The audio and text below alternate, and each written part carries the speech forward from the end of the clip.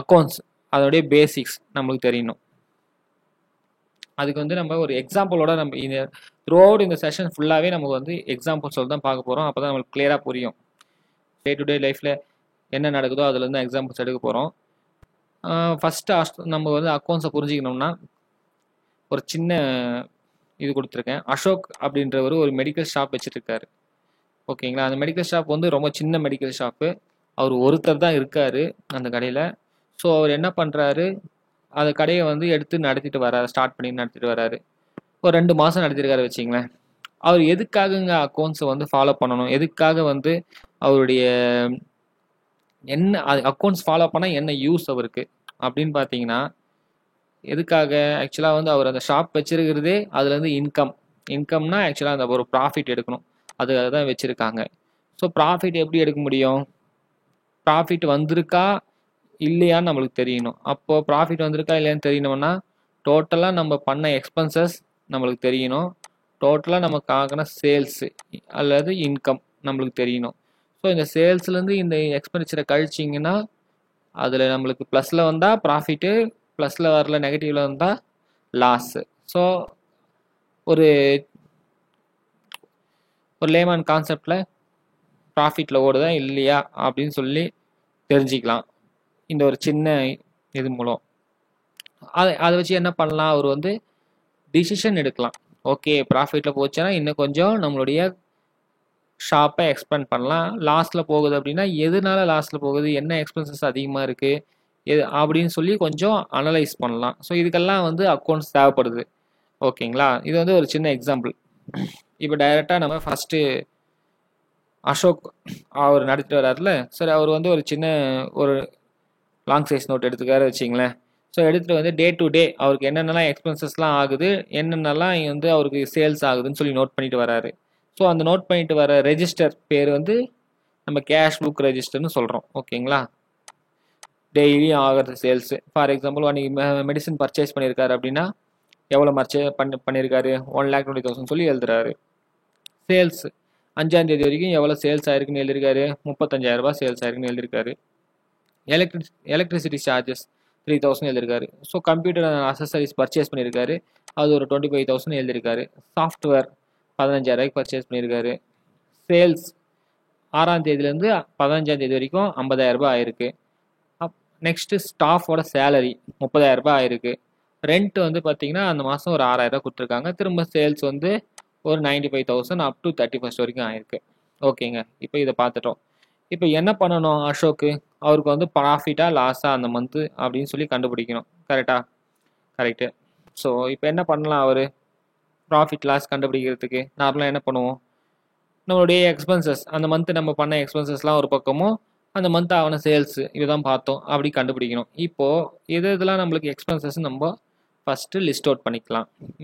Medicine purchase பண்ணது expenses, sales income, electricity இது computer expenses, software expenses, sales income இதுவும் expense தான், expense income அவ்வளோதான். ஓகேங்களா? இப்போது இந்த சைடு வந்தீங்கன்னா என்ன பண்ணியிருக்கோம், நம்ம ப்ராஃபிட் அண்ட் லாஸ் கண்டுபிடிக்க டெபிட் எக்ஸ்பென்சஸ் ஒரு பக்கமும் இன்கம் ஒரு பக்கமும் பார்த்துருக்கோம். ஸோ எக்ஸ்பென்சஸ் வந்து டெபிட்டில் போடுறோம், இன்கம் வந்து கிரெடிட்டில் போடுறோம். இது எப்படி போடுறோம் அப்படின்றத டீட்டெயில் இந்த டெபிட் கிரெடிட் நம்ம டீட்டெயிலாக பின்னாடி பார்க்க போகிறோம். பட் ஜஸ்ட்டு வந்து ஒரு எக்ஸாம்பிள் இந்த இடத்துல வந்து எப்படி ப்ராஃபிட் கண்டுபிடிக்க மட்டும் சொல்ல போகிறேன். ஸோ ரெண்ட் வந்து இந்த டீட்டெயிலாம் போட்டிருக்காங்க, ரெண்ட் போட்டிருக்காங்க, பர்ச்சேஸ்லாம் போட்டிருக்காங்க, இன்னொரு பக்கம் ஸ்டாஃப் சேலரி இதெல்லாம் சேர்த்து 1,50,000 56,000 ஆயிருக்கு அந்த மந்த்து. இன்னொரு பக்கம் 1,70,000 உங்களுக்கு சேல்ஸ் ஆயிருக்கு. இது ரெண்டுத்தையும் வந்து நீங்கள் நெட்டாக பார்த்தீங்கன்னா எவ்வளோ வந்திருக்கு. ஸோ என்ன சொல்லியிருந்தோம், சேல்ஸ் மைனஸ் எக்ஸ்பென்சஸ். சேல்ஸ் வந்து ஓகே 1,70,000 மைனஸ் 1,56,000 ஓகேங்களா. ஸோ 14,000 என்ன இருக்குது, ஒரு ப்ராஃபிட் வந்திருக்கு. இது வந்து ப்ராஃபிட்டு தப்பாக போட்டிருக்காங்க, ப்ராஃபிட். So 14,000 profit. ஓகேங்களா. ஸோ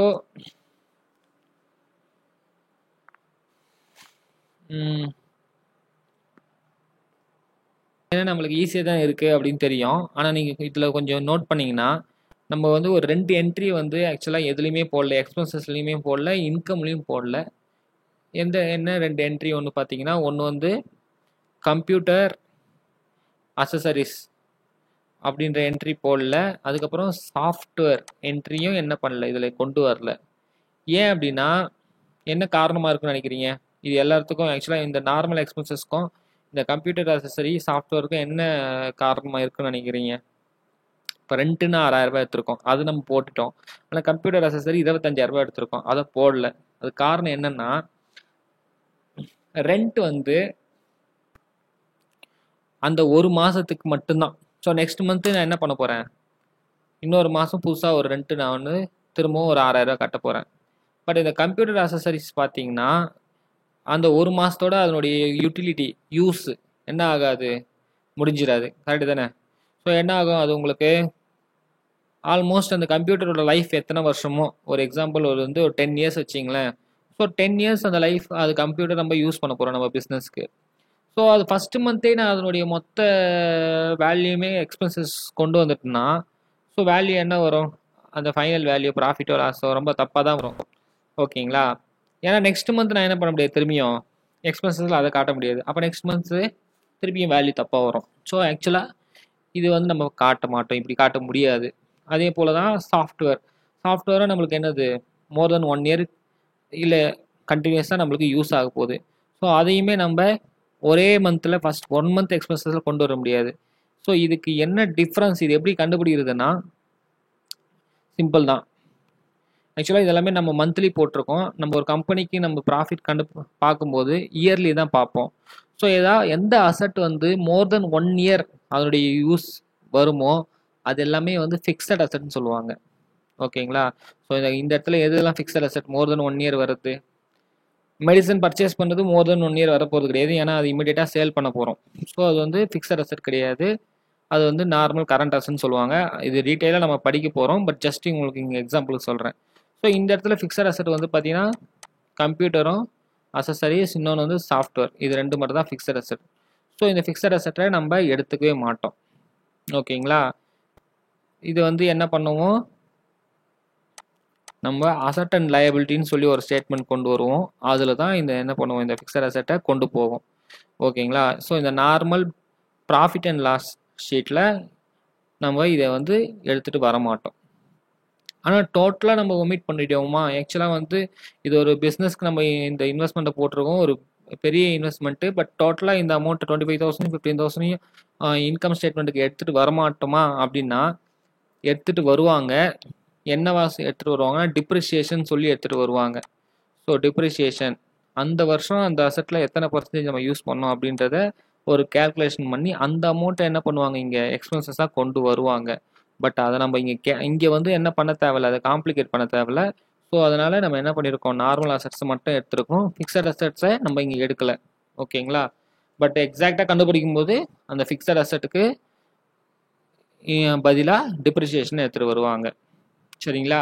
ஸோ இந்த இடத்துல இதை அண்டர்ஸ்டாண்ட் பண்ணிக்கோங்க. நெக்ஸ்ட் மந்த் வந்து இதே போல் என்ன பண்ணியிருக்காரு அசோக், அவருடைய கேஷ் புக்கு, அதாவது அவருடைய ரெஜிஸ்டரை மெயின்டைன் பண்ணி வந்திருக்காரு. அந்த ரெஜிஸ்டரில் நெக்ஸ்ட் மந்தோட சேல்ஸ்லாம் இது மாதிரி போட்டிருக்காங்க, இன்கம் எக்ஸ்பென்சஸ்லாம் போட்டிருக்காங்க. ஸோ இந்த மந்த்தும் நீங்கள் என்ன பண்ணியிருக்காரு, இவர் வந்து கேல்குலேட் பண்ணி கடைசியாக வந்து அந்த மாதமும் கண்டுபிடிச்சார். ஓகே, இந்த மாதமும் ஒரு 39,000 வரைக்கும் ப்ராஃபிட் வந்துடுச்சிங்க, இன்கம் தான் அதிகமாக இருக்குது. பட் இந்த மாதத்தில் பார்த்தீங்கன்னா நீங்கள் 2 விஷயம் பார்க்கணும். ஒன்று வந்து லோன் ஃப்ரம் பேங்க்கு, இன்னொன்று வந்து டிஜிட்டல் அவுட்போர்ட். இந்த 2 விஷயமும் அந்த மாதம் நடந்திருக்கு. அதாவது 1 லட்ச ரூபா லோன் வாங்கியிருக்காரு பேங்க்கில், ஓடின்னு வச்சுக்கிங்க. அதே போல் டிஜிட்டல் வந்து அவுட் போர்டு வந்து ஒரு 10,000 ரூபாய் வந்து வாங்கியிருக்காரு வெளியே போர்டு மாற்றத்துக்கு. ஸோ இந்த 2மே வந்து எங்கே எடுத்துகிட்டு வரல, எக்ஸ்பென்சஸ்லையும் வராது, இன்கம்லையும் வராது. ஓகேங்களா? இது நம்மளுக்கு தெரியும். ஏன்னா இன்கமில் வராதுன்னா கண்டிப்பாக அந்த அமௌண்ட்டை நம்ம திருப்பி தரப்போகிறோம். எக்ஸ்பென்சஸ்னால் நம்ம செலவு பண்ணிடணும், ஆனால் அது அமௌண்ட் உள்ளே வருது. ஸோ இது 2துலையுமே வராது. ஆக்சுவலாக அது நம்மளுக்கு தெரியும், பேங்கர்ஸ்க்கு லோன் ஃப்ரம் பேங்க் அப்படின்றது ஒரு லயபிலிட்டி. ஓகேங்களா? ஸோ அந்த லயபிலிட்டியை நம்ம இன்கம்க்கு கொண்டு வர மாட்டோம். ஓகே, அதே போல் இந்த டிஜிட்டல் அவுட்போர்டு வந்து நமக்கு தெரியும் மோர் தென் இது வந்து ஒரு அசட்டு. ஆனால் எப்படி இருக்க போகுது, மோர் தென் 1 இயர் நம்மளுக்கு இது யூஸ் ஆக போகுது. ஸோ அப்படின்னா என்ன பண்ண போகிறோம், இதை ஃபிக்ஸட் அசட்டாக கன்சிடர் பண்ண போகிறோம். ஃபிக்ஸட் அசட்டுக்கு எங்கே எடுத்துகிட்டு வர மாட்டோம், இங்கே நம்ம இன்கம் ஸ்டேட்மெண்ட்டில் எக்ஸ்பென்சஸில் கொண்டு வர மாட்டோம்.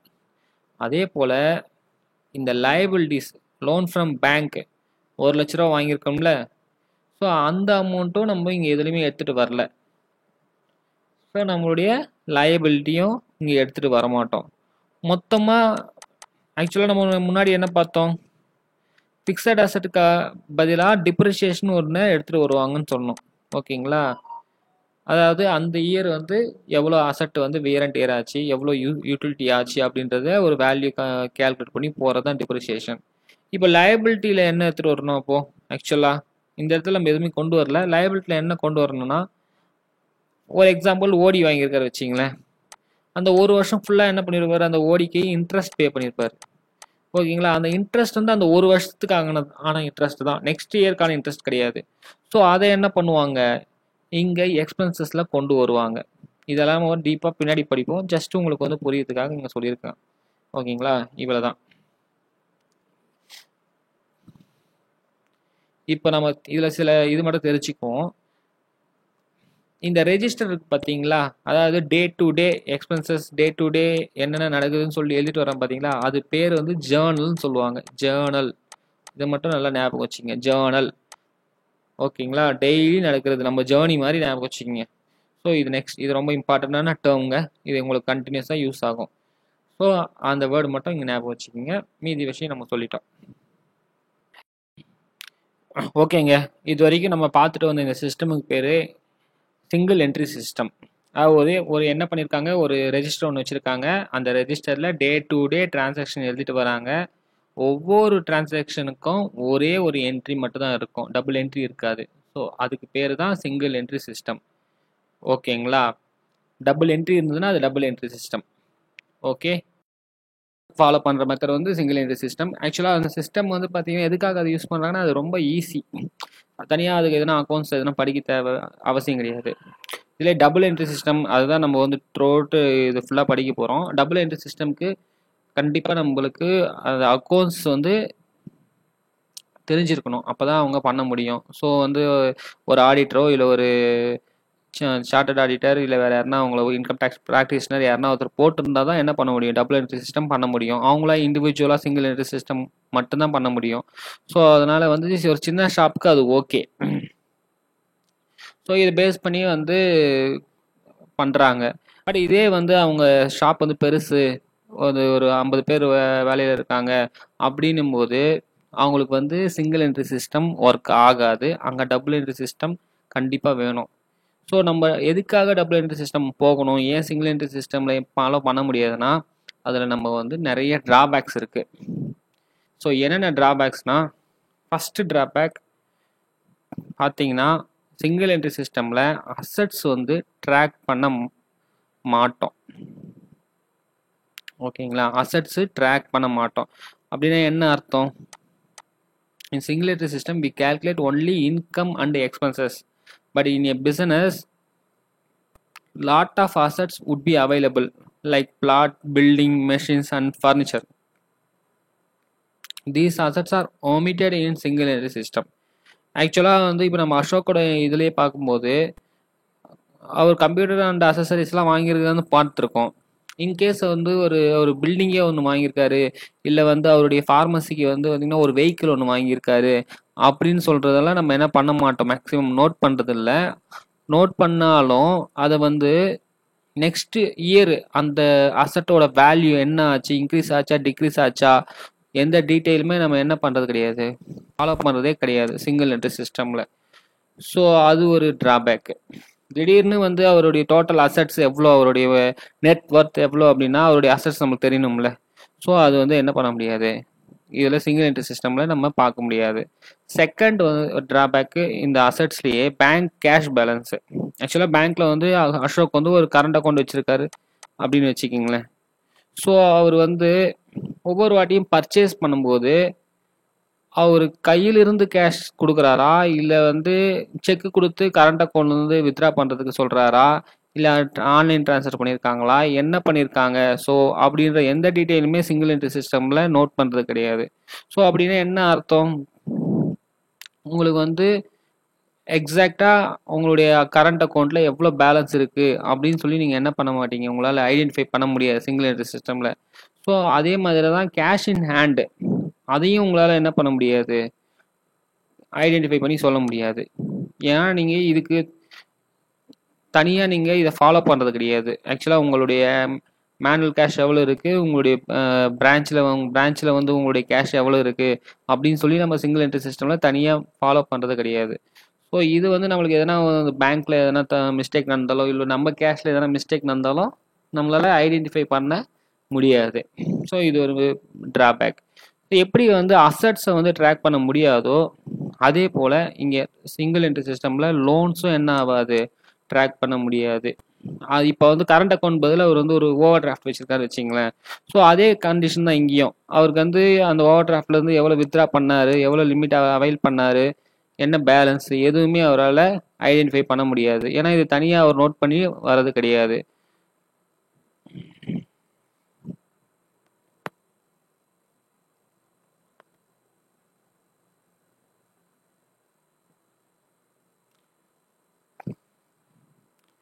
ஓகே. ஸோ அசட்ஸும் ட்ராக் பண்ணல, லைபிலிட்டிஸும் ட்ராக் பண்ணல. ஸோ வேற என்ன டிராபேக்ஸு அப்படின்னு பார்த்தோம்னா, இதை வந்து சிங்கிள் என்ட்ரி சிஸ்டமில் நம்ம என்ன பண்ண முடியாதுன்னா, சிங்கிள் என்ட்ரி சிஸ்டம் மட்டும் யூஸ் பண்ணுறவங்க பேலன்ஸ் ஷீட்டே கிரியேட் பண்ண முடியாது அதை பேஸ் பண்ணி. ஏன்னா பேலன்ஸ் ஷீட் அப்படின்றது என்னன்னா ஒருத்தரோட அசட்டு லயபிலிட்டி ஸ்டேட்மெண்ட் தான் என்ன சொல்கிறோம், நம்ம பேலன்ஸ் ஷீட்னு சொல்கிறோம்.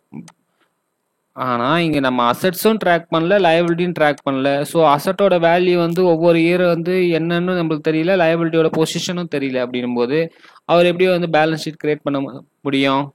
பேலன்ஸ் ஷீட்டே கிரியேட் பண்ண முடியாது. ஸோ அதனால பேலன்ஸ் ஷீட்டை நம்ம இதனால ப்ரிப்பேர் பண்ண முடியாது. ஓகே. ஸோ நெக்ஸ்ட் பார்த்தீங்கன்னா ஃபோர்த்து டிஸ்அட்வான்டேஜ் சிங்கிள் என்ட்ரி சிஸ்டமில் என்னன்னா, நம்மளுடைய டெப்டாஸு கிரெடிட்டாஸோட சம்மரி பொசிஷன் வந்து நம்மளுக்கு எப்போவுமே அவைலபிளாக கிடைக்காது. ஸோ டெப்டார்ஸ்னால் யார்? நமக்கு டெப்டார்ஸ்னால் கடனாளிகள், கடனாளி.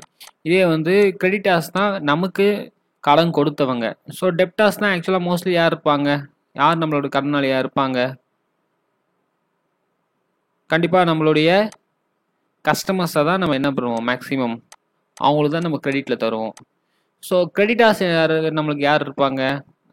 நம்மளுடைய சப்ளையர்ஸ். யார் நம்மளுக்கு வந்து மெடிசன், இந்த கேஸில் வந்து மெடிசன் சப்ளை பண்ணவங்க, கூட்ஸ் சப்ளை பண்ணுறவங்க, அவங்க தான் என்னவா இருப்பாங்க, நம்மளுக்கு கிரெடிட்டார்ஸாக இருப்பாங்க. ஸோ இந்த டேட்டா, ஸோ அசோக் வந்து ஒவ்வொரு தடவையும் அவர் சேல் பண்ணும்போது அந்த கஸ்டமர் வந்து கேஷில் கொடுத்து சேல் பண்ணாரா இல்லை கிரெடிட்டில் சேல் பண்ணாரா அப்படின்னு நம்மளுக்கு வந்து அந்த டீட்டெயில்ஸே நம்மளுக்கு இல்லை. ஸோ அதே போல் அவர் சப்ளையர்கிட்ட இருந்து வாங்கும்போது பர்ச்சேஸ் பண்ணும்போது கேஷ் பர்ச்சேஸ் பண்ணியிருக்காரா இல்லை கிரெடிட் பர்ச்சேஸ் பண்ணியிருக்காரா அப்படின்ற டீட்டெயில்ஸும் இல்லை. அப்படி அவர் எழுதி வச்சுருந்தாலும் ஒரு குறிப்பிட்ட சப்ளையர், ஏதாவது ஒரு கம்பெனி வச்சுக்கோங்க, அந்த கம்பெனி ஒரு எக்ஸ் கம்பெனின்னு வச்சுங்க, அந்த எக்ஸ் கம்பெனிலேருந்து டோட்டலாக இந்த மாதம் எவ்வளோ வந்து அவர் கிரெடிட்டில் பர்ச்சேஸ் பண்ணார், எவ்வளோ கேஷில் பர்ச்சேஸ் பண்ணார் அப்படின்ற ஒரு செப்பரேட் டீட்டெயில்ஸும் அவர்கிட்ட கிடையாது. ஸோ இந்த எக்ஸ் கஸ்டமருக்கு நான் எவ்வளோ வந்து கடன் கொடுக்கணும் அப்படின்ற டீட்டெயிலே அவரால் என்ன பண்ண முடியாது, ஐடென்டிஃபை பண்ண முடியாது. ஸோ ஒரு குறிப்பிட்ட கஸ்டமர் வந்து எவ்வளோ அமௌண்ட் டோட்டலாக இது வரைக்கும் கடன் வச்சுட்டு போயிருக்காங்க அப்படின்ற டீட்டெயிலும் தனித்தனியாக அவர் நோட் பண்ணுறது, டேட்டாவை எடுக்கிறது ரொம்ப ரொம்ப கஷ்டம் சிங்கிள் என்ட்ரி சிஸ்டமில். ஸோ டபுள் என்ட்ரி சிஸ்டம் இதுக்கு எல்லாமே நம்மளுக்கு ஈஸியாக இருக்குது. அது எப்படின்னு நம்ம பார்க்க போகிறோம். ஸோ இப்போ வரைக்கும் இதை மட்டும் அண்டர்ஸ்டாண்ட் பண்ணிக்கோங்க. டெப்டாஸ் கிரெடிட்டாஸ் டேட்டா வந்து நமக்கு அவைலபிலிட்டாக இருக்காது. ஸோ ஃபிஃப்த்து பாயிண்ட் என்னென்னா, எரர் ஐடென்டிஃபை பண்ணுறது சிங்கிள் என்ட்ரி சிஸ்டமில் வெரி வெரி டஃப். ஓகேங்களா? ஏன்னா சிங்கிள் என்ட்ரி சிஸ்டமில் எந்த செக்ஸ் அண்ட் பேலன்ஸும் கிடையாது. அதாவது அதுக்கு என்ன அர்த்தம்னா, ஏதாவது நம்ம ஒரு மிஸ்டேக் பண்ணிட்டோம் வச்சிங்களேன், இந்த சிங்கிள் என்ட்ரி சிஸ்டம் நம்ம ரெஜிஸ்டரில் டெய்லி டேட்டா நம்ம எழுதிட்டே வரோம். ஸோ எழுதும்போது திடீர்னு எதனா ஒன்று டேட்டாவை மாற்றி எழுதிட்டாங்களோ இல்லை டேட்டாவே விட்டுட்டாங்களோ அப்படின்னா அது வந்து நமக்கு அலாம் பண்ணி காட்டுறது மாதிரி, ஆமாம் இந்த இடத்துல நம்ம விட்டுட்ருக்கோம் அப்படின்னு சொல்லி ஒரு அலாம் மாதிரி நம்மளுக்கு ஒரு எந்த இது பேலன்ஸ் செக்ஸ் அண்ட் பேலன்ஸஸே கிடையாது. ஸோ ஃபார் எக்ஸாம்பிள் நம்ம பார்த்தீங்கன்னா அவர் வந்து ரெண்ட் வந்து 16,000 போட்டார் வச்சிங்க, ஒரு மாதம் ரெண்ட்டு. எவ்வளோ ஆக்சுவல் அமௌண்ட்டு 6,000 போகிறதுக்கு 16,000 போட்டார். ஸோ எப்படி அவரால் கண்டுபிடிக்க முடியும்? ஏதாவது ஒரு இடத்துல வந்து இவர் தப்பு பண்ணியிருக்காருன்னு சொல்லி எந்த டீட்டெயிலுமே புஷ் பண்ணாது. ஓகே, நீங்கள் ஏதாவது ஒரு இடத்துல டேலி ஆகாமல் இருந்தால் தான் நம்ம என்ன பண்ண முடியும்? ஓகே, ஏதோ ஒரு தப்பு பண்ணியிருப்போம்னு சொல்லி பார்க்க முடியும். ஈவன் ஒரு கேஷ் டேலி ஆகலைனா கூட எப்படி என்ன இருக்கும், 16,000 பதில் 6,000 போது கையில் இருக்க கேஷும் இங்கே இருக்க கேஷும் டிஃப்ரென்ஸ் வருது வச்சிங்களேன். பட் அவர் என்ன பண்ண முடியாது, அது த்ரூ அவுட் எல்லா டிரான்சாக்ஷனும் ஈச் டிரான்சாக்ஷனும் எடுத்து செக் பண்ணி பார்க்கணும். எந்த டிரான்சாக்ஷன் அவர் தப்பாக போட்டிருக்காரு அப்படின்னு சொல்லி எல்லா பில்லும் எடுத்துகிட்டு ஒவ்வொன்றா செக் பண்ணி பார்க்கணும். ஸோ அப்போ தான் என்ன பண்ண முடியும், அவர் எரரை ஐடென்டிஃபை பண்ண முடியும். So error identification is very very tough in single entry system. ஓகேங்களா? ஸோ இது எல்லாத்துக்குமே ஒரு ஆல்டர்னேட்டிவ் வந்து கொடுக்குறாங்க. அந்த ஆல்டர்னேட்டிவ் தான் டபுள் என்ட்ரி சிஸ்டம். இந்த மொத்த 5 ப்ராப்ளத்துக்குமே சேர்த்து ஒரு ஆல்டர்னேட்டிவ் தான் டபுள் என்ட்ரி சிஸ்டம். அது எப்படி ஒர்க் ஆகுதுன்னு சொல்லி நம்ம பார்ப்போம்.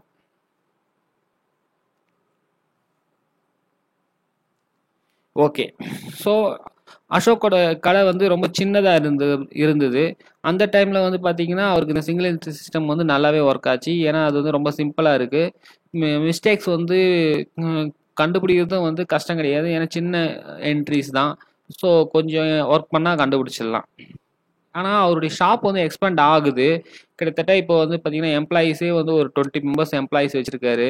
பிஸ்னஸ் வந்து ஆல்மோஸ்ட் வந்து பெர் மந்த்தே வந்து ஒரு 5 lakhs 10 lakhs இன்க்ரீஸ் ஆகிடுச்சு. ஸோ அப்படின்னும் போது அவர் என்ன பண்ண முடியாது, சிங்கிள் என்ட்ரி சிஸ்டம் வச்சு கண்டினியூ பண்ண முடியாது. ஏன்னா அவருக்கு கீழே இருக்கிறதெல்லாம் தேவை. எந்த மிஸ்டேக் எதுனா ஒன்று பண்ணியிருந்தா அதை இம்மிடியேட்டாக கண்டுபிடிக்கணும். அவருடைய அசட் அண்ட் லைபிலிட்டியை வந்து ட்ரேஸ் பண்ணணும். பேங்க் ஓடி கேஷ் இன் ஹேண்ட் ட்ரேஸ் பண்ணணும். குமுலேட்டிவ் டெப்டாஸ் கிரெடிட்டாஸ் டேட்டா அவருக்கு வந்து ரெடியாக வேணும். அக்யூரேட் ப்ராஃபிட் அண்ட் லாஸ் வந்து அவர் கண்டுபிடிக்கணும். ஸோ இது எல்லாத்துக்குமே யார் தேவைப்படுறாங்க, டபுள் என்ட்ரி சிஸ்டம் தேவைப்படுறாங்க. ஓகேங்களா? ஸோ இப்போ டபுள் என்ட்ரி சிஸ்டம் என்னன்னு சொல்லி நம்ம பார்க்கலாம். ஓகே, அக்கௌண்ட்ஸில் டபுள் என்ட்ரி சிஸ்டம் தாங்க பேஸு எல்லாத்துக்கும். உங்களுக்கு வந்து அது ஒரு பேசிக். அதை நீங்கள் கற்றுட்டிங்கன்னா தான் நீங்கள் மீதி எல்லாமே உங்களுக்கு கொஞ்சம் ஈஸியாக இருக்கும். ஸோ டபுள் என்ட்ரி சிஸ்டம்னா என்ன சொல்ல வராங்கன்னா, அக்கௌண்ட்ஸை பொறுத்த வரைக்கும் ஒவ்வொரு டிரான்சாக்ஷனுக்கும் கண்டிப்பாக 2 என்ட்ரி இருக்குங்க. சிங்கிள் என்ட்ரி சிஸ்டமில் நம்ம என்ன பண்ணுவோம்னா ப்ரைமரி டிரான்சாக்ஷனை மட்டும்தான் நோட் பண்ணுவோம். ஓகேங்களா? செகண்டரி டிரான்சாக்ஷன் நோட் பண்ண மாட்டோம் சிங்கிள் என்ட்ரி சிஸ்டமில். பட் டபுள் என்ட்ரி சிஸ்டமில் என்ன பண்ணுறோம், செகண்டரி டிரான்சாக்ஷனும் நோட் பண்ணுறோம். இதுதான் டிஃப்ரென்ஸு.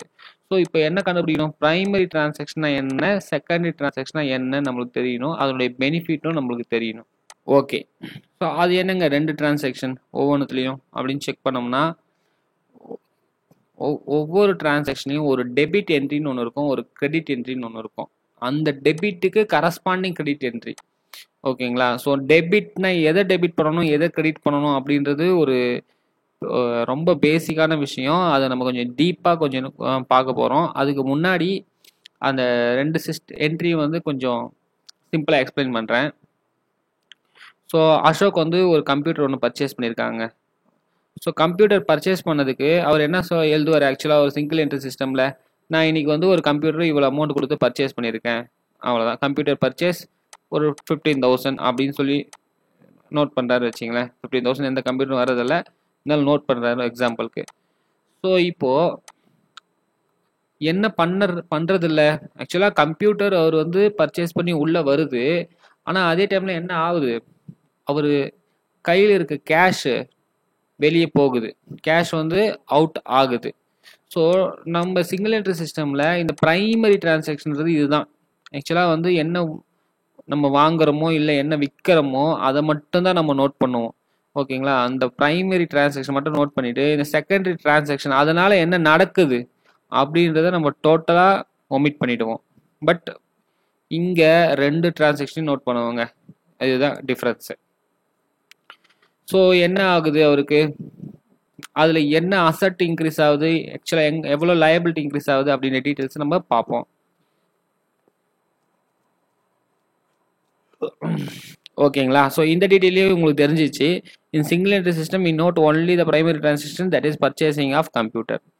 இங்கே பாருங்க, if Ashok forgot to record computer purchase at the end of the month, cash balance as per book will not tally with cash with hand. ஓகேங்களா?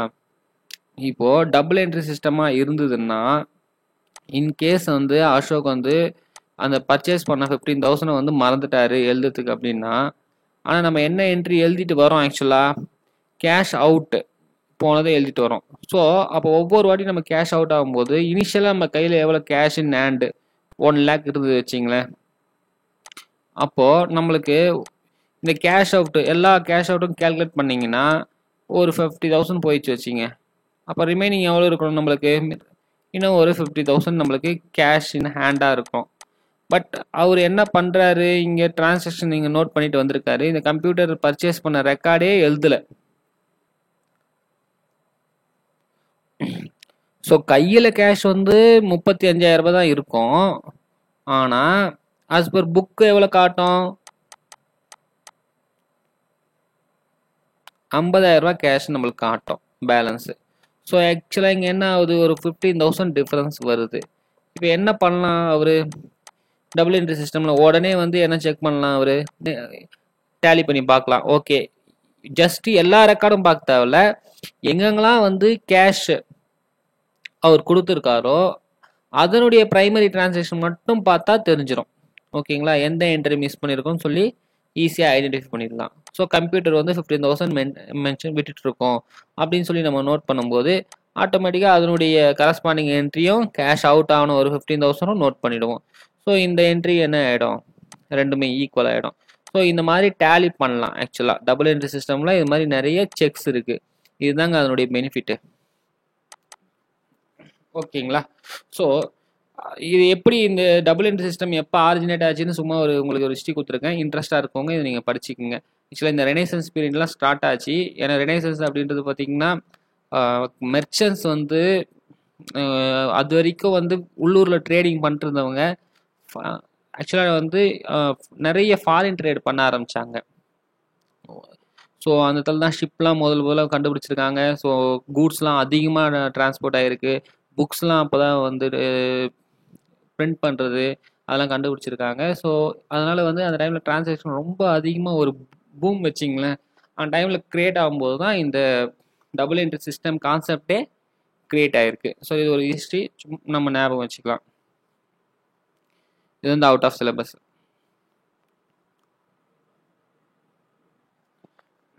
ஓகேங்க, இந்த டபுள் என்ட்ரி சிஸ்டம்க்கு எது பேஸ் இப்போ பார்த்தோம். ஒரு கிரெடிட் என்ட்ரி இருக்குன்னா அதுக்கு ஒரு கரஸ்பாண்டிங் டெபிட் என்ட்ரி இருக்குன்னு சொல்லியிருக்கோம். ஸோ அது மாதிரி ஒரு டெபிட்டுக்கு ஒரு கிரெடிட் இருக்கும். ஸோ இந்த கிரெடிட் டெபிட் இந்த கான்செப்ட் தான் வந்து பார்த்தீங்கன்னா டபுள் என்ட்ரி சிஸ்டமோட பேஸு. ஸோ எதுக்காக வந்து நம்ம வந்து debit and credit system use பண்ணணும்னா ப்ராஃபிட் அண்ட் லாஸ் கண்டுபிடிக்கிறதுக்கும் அசட் அண்ட் லைபிலிட்டி கண்டுபிடிக்கிறதுக்கும் தான் இந்த debit method credit method use பண்ண போகிறோம். ஸோ அதோட யூஸ் தெரியாமல் நம்ம என்ன பண்ண முடியாது, இதை கற்றுக்க முடியாது. ஸோ இந்த டெபிட் கிரெடிட் மட்டும் கற்றுக்கிட்டு இருந்தால் தான் நம்ம மீதி எல்லாமே நம்மளுக்கு யூஸ்ஃபுல்லாக இருக்கும், ஈஸியாக பண்ண முடியும். இதை பேஸ் பண்ணி கொஸ்டின்ஸும் நிறைய வருது.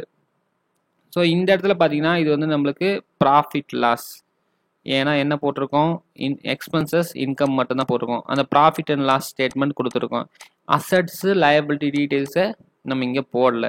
ஸோ இதில் இடத்துல எது டெபிட்டு, நம்மளுடைய எக்ஸ்பென்சஸ்லாம் டெபிட்டு, எது கிரெடிட்டு, நம்ம இன்கம்லாம் கிரெடிட்டு. இது வந்து நார்மலாக நம்ம ஜென்ரலாக நம்மளுக்கு தெரிஞ்சது, அதை பேஸ் பண்ணி சொல்லியிருக்கேன். டீட்டெயிலாக நம்ம உள்ளே போய் பார்ப்போம். அதே போல் ப்ராஃபிட் அண்ட் லாஸ் கண்டுபிடிச்ச போல் அசட் அண்ட் லைபிலிட்டி, அதாவது அதுக்கு பேர் பேலன்ஸ் ஷீட்னு வைக்கிறாங்க. ஒரு பக்கம் வந்து அசட்டு, இன்னொரு பக்கம் லைபிலிட்டி. அதாவது அசட்ஸுன்றது பில்டிங்கு, ஃபர்னிச்சரு, ஹார்ட்வேரு, ஒரு மெஷின்ஸு, வெஹிக்கிளு, இது எல்லாமே என்னது அசட்ஸில் வரும். ஈவன் வந்து அவங்க கூட்ஸ் வச்சுருக்காங்க, டெப்டாஸு, ஸோ இதெல்லாமே அசட்ஸில் வரும். லயபிலிட்டிஸ் அப்படின்றது கிரெடிட்டர்ஸு, பேங்க் லோன்ஸ், அது எல்லாமே வந்து எதில் வரும், லயபிலிட்டியில் வரும். ஓகேங்களா? ஈவன் வந்து கேபிட்டலும் one form of liability. To the owner of the business. ஓகேங்களா? ஸோ இந்த டீட்டெயிலை நோட் பண்ணுறது தான் என்னது, பேலன்ஸ் ஷீட்டு. ஸோ இந்த 2 டீட்டெயிலுக்காக நம்ம இந்த பேலன்ஸ் ஷீட்டும் இந்த ப்ராஃபிட் அண்ட் லாஸ் கிரியேட் பண்ணுறதுக்காக என்ன பண்ணுறோம், டெபிட் அண்ட் கிரெடிட் யூஸ் பண்ணுறோம். ஓகேங்களா? ஸோ இந்த அசட்ஸ் எல்லாமே டெபிட் சைடில் வச்சுருப்போம், லைபிலிட்டி எல்லாமே கிரெடிட் சைடில் வச்சுருப்போம். ஓகேங்களா? ஸோ இதை யூஸ் பண்ணுறதுக்கு தான் இதுதான் பேஸு. இதை வச்சு தான் நம்ம பண்ண போகிறோம். இப்போ பேஸ் வந்து டெபிட்டு கிரெடிட்டு அப்படி இது தெரிஞ்சு போச்சு. ஸோ த்ரூ அவுட் அக்கௌண்ட்ஸ் வந்து நம்ம எதை டெபிட் பண்ண போகிறோம், எதை கிரெடிட் பண்ண போகிறோம் அப்படின்றதுக்கு நிறைய இவங்க ரூல்ஸ் வச்சுருக்காங்க. Real account, personal account, what comes in, what goes out. So அது மாதிரி நிறைய வந்து வச்சுருக்காங்க. பட் அப்படிலாம் நம்ம போட்டு குழப்பிட்டோம்னா அது வந்து எக்ஸாம் ஹாலில் நமக்கு வந்து கண்டிப்பாக ஸ்டக் ஆகிடும், ரொம்ப டவுட் வரும். ஸோ அந்த மாதிரி இல்லாமல் இன்னும் கொஞ்சம் டீப்பாக இறங்கி பார்த்தோம்னா இதெல்லாம் இல்லாமையே நம்மளுக்கு வந்து ஈஸியாக எப்படி ஒன்று டெபிட்டில் வைக்கலாம், ஈஸியாக எதை கிரெடிட்டில் வைக்கலாம்னு சொல்லி நம்ம சொல்ல போகிறோம். இந்த இடத்துல கொஞ்சம் கிளியராக கவனிச்சிக்கங்க. ஸோ ஃபஸ்ட்டு டெபிட் கிரெடிட்டுக்கு நம்ம தெரியணும்னா அதனுடைய மீனிங் தெரிஞ்சாகணும். இந்த வேர்டு எங்கே ஆரிஜினேட் ஆச்சுன்னு சொல்லி பார்க்க போகிறோம், எட்டிமாலஜி. ஸோ இது வந்து ஒரு இட்டாலியன் வேர்டு. டெபிட்ன்ற வேர்டு வந்து டெபிட்டோ அப்படின்ற ஒரு இதுலேருந்து தான் உருவாயிருக்கு. அப்படின்னா என்ன அர்த்தம்னா owed to the proprietor. So அப்படின்னா என்ன அர்த்தம், இது வந்து ப்ரொப்ரைட்டருக்கு கொடுக்க வேண்டியது. ப்ரொப்ரைட்டர்னா யாரு, is the owner of the business. அதே போல் கிரெடிட் அப்படின்ற வேர்டு எங்கேருந்து வந்திருக்குன்னா கிரெடிட்டோ அப்படின்ற ஒரு இட்டாலியன் வேர்டு. அந்த வேர்டுக்கு என்ன அர்த்தம், ஓட் ஃப்ரம் த ப்ரொப்ரைட்டர். ஓகேங்களா? ஸோ இது வந்து ஓட் டு த ப்ரொப்ரைட்டர் அப்படின்னா ப்ரொப்ரைட்டருக்கு கொடுக்க வேண்டியது. யாரு, அந்த பிஸ்னஸ் வந்து ப்ரொப்ரைட்டருக்கு கொடுக்க வேண்டியது வந்து டெபிட். ஓகேங்களா? இது கொஞ்சம் சிம்பிளாக புரிஞ்சிடும், அப்படியே கொஞ்சம் கவனிச்சுட்டே வாங்க. அதே போல் கிரெடிட் அப்படின்றது ஓட் ஃப்ரம் த ப்ரொப்ரைட்டர், அதாவது அந்த ப்ரொப்ரைட்டர் பிஸ்னஸ்க்கு கொடுக்க வேண்டியது. சரிங்களா? ஓகே, இது வர ஓகேங்க. ஓகே, ஃபஸ்ட்டு டெபிட் என்ன மீனிங் பார்த்தோம், ஓட் டு த ப்ரொப்ரைட்டர். ஓகேங்களா? ஸோ ப்ரொப்ரைட்டர் அவர் பிஸ்னஸ்மேன், அவருக்கு பிஸ்னஸ் கொடுக்க வேண்டியது. ஓகேங்களா? கொடுக்க வேண்டியது என்னது, நம்ம டெபிட்டுன்னு சொல்கிறோம். எல்லாம் என்ன வேணா இருக்கட்டும், அது கொடுக்க வேண்டியது எல்லாமே டெபிட்டு. கிரெடிட் என்னன்னா அவர்கிட்ட இருந்து வர வேண்டியது. ஓகேங்களா? Shall be received from businessman. So ஓகேங்களா, நம்ம ஆல்ரெடி என்ன பார்த்தோம், கிரெடிட் என்ன நம்ம ப்ரொப்ரைட்டர்கிட்ட இருந்து வாங்குவோம், அவர்கிட்ட வர வேண்டியது என்ன, கேபிட்டல் வரணும், ப்ளஸ்ஸு பிஸ்னஸ்க்கு எங்கேயாவது லோனாவது வாங்கி தரணும். ஓகேங்களா? இது 2 தான் அவர் என்ன பண்ணணும், இன்வெஸ்ட்மெண்ட்டாக அவர் கொண்டு வர்றாரு. ஓகேங்களா? ஆனால் இதனால் வர்ற பேங்குக்கு பிஸ்னஸுக்கு என்னெல்லாம் வரும், அசட்ஸ் தான் இருக்கும். இந்த கேபிட்டலும் இந்த லோனும் அசட்ஸாக இருக்கும். ஓகேங்களா? ஸோ இந்த அசட்ஸு எப்போவுமே ஓனருக்கு கொடுக்க வேண்டியது. ஸோ இது டெபிட்லேயும் இது வந்து கிரெடிட்லேயும் இருக்குங்க. ஓகேங்களா? இப்போ உங்களுக்கு வந்து ஒரு எக்ஸாம்பிள் நம்ம சொல்லுவோம். அசோக்கோட ஃபார்மசியை எடுத்துக்கோங்க. ஃபார்மசி அப்படின்றது இதில் பிஸ்னஸா, ஃபார்மசி வந்து பிஸ்னஸ்ஸு, அசோக்கு ப்ரொப்ரைட்ரு, ஓனர். ஓகேங்களா? இப்போ அசோக் என்ன கொடுப்பாரு பிஸ்னஸ்க்கு, அவர் வந்து ஒரு 1 lakh வந்து பிஸ்னஸ்க்கு இன்வெஸ்ட்மெண்ட் பண்ணியிருக்காரு. அது என்னது, கேபிட்டல். ஸோ பிஸ்னஸுக்கு அசோக்கு கொடுத்தது, அவர்கிட்ட இருந்து வர வேண்டியது. அப்போ நம்ம இதை என்ன சொல்லுவோம், கிரெடிட்டை தான் சொல்லுவோம், கிரெடிட். ஓகேங்களா? அதே போல் ஃபார்மசி என்ன பண்ணுது, அந்த 1 lakh அது அசட்டாக மாற்றி வச்சிருக்கு. என்னவா, கேஷ் இன் ஹேண்டாக வச்சிருக்கு, இல்லை அந்த 1 lakh கேபிட்டலாக எடுத்துகிட்டு போயிட்டு பேங்க்கில் அக்கௌண்ட்டில் வச்சிருக்கு, எப்படியோ வச்சுக்கோங்க. ஸோ இந்த இடத்துல கேஷ், அந்த கேஷ் என்னது, அது வந்து அசட், அந்த கேபிட்டல் மூலமாக வாங்கின அசட். ஓகேங்களா? இது யாருக்கு நம்ம கொடுக்கணும், எப்போவுமே இது வந்து அசோக்கு போய் சேர வேண்டியது, அசோக்குக்கு கொடுக்க வேண்டியது. இது அந்த ஓனர் வந்து பிஸ்னஸ்க்கு கொடுக்க வேண்டியது கேபிட்டல். ஃபார் எக்ஸாம்பிள் வந்து இவர் இன்னும் ஒரு 50,000 போய் எங்கேயாவது லோன் வாங்கி கொடுக்குறாரு வச்சுக்கிங்க. யாரு? அசோக்கு. யாருக்கு? பிஸ்னஸ்க்கு. ஸோ பிஸ்னஸுக்கு கொடுக்க வேண்டியது ஒரு 50,000 ரூபாய் லயபிலிட்டி. ஓகேங்களா? இந்த லயபிலிட்டியுமே என்னவா தான் இருக்கும்? கிரெடிட்டு. ஏன்னா இது கொடுக்க வேண்டியது பிஸ்னஸ்க்கு இவர் இன்வெஸ்ட்மெண்ட்டாக கொடுக்குறாரு. அந்த பிஸ்னஸ் என்ன பண்ணோம்? அந்த 50,000ஐயும் அசட்டாக மாற்றி வச்சுருக்கோம். கேஷாவோ இல்லை வேறு ஏதாவது ஒரு இதுலேயோ மாற்றி வச்சுருக்கோம்.